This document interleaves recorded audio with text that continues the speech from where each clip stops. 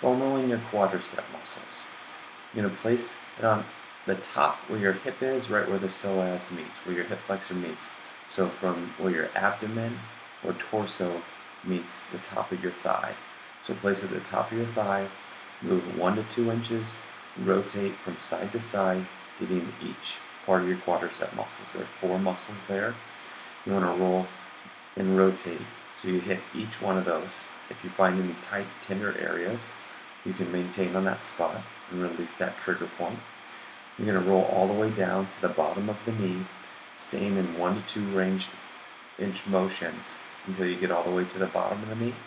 Then after that, you're all the way there, you're going to move full ranges of motions from all the way from the top of the hip down to the knee, working out all the knots.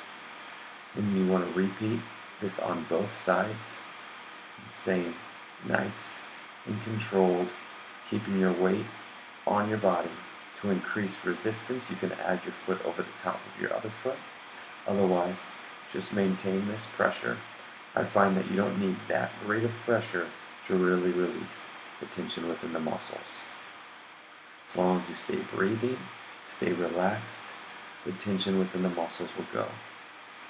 And rotate to the other leg, and then repeat on the other leg.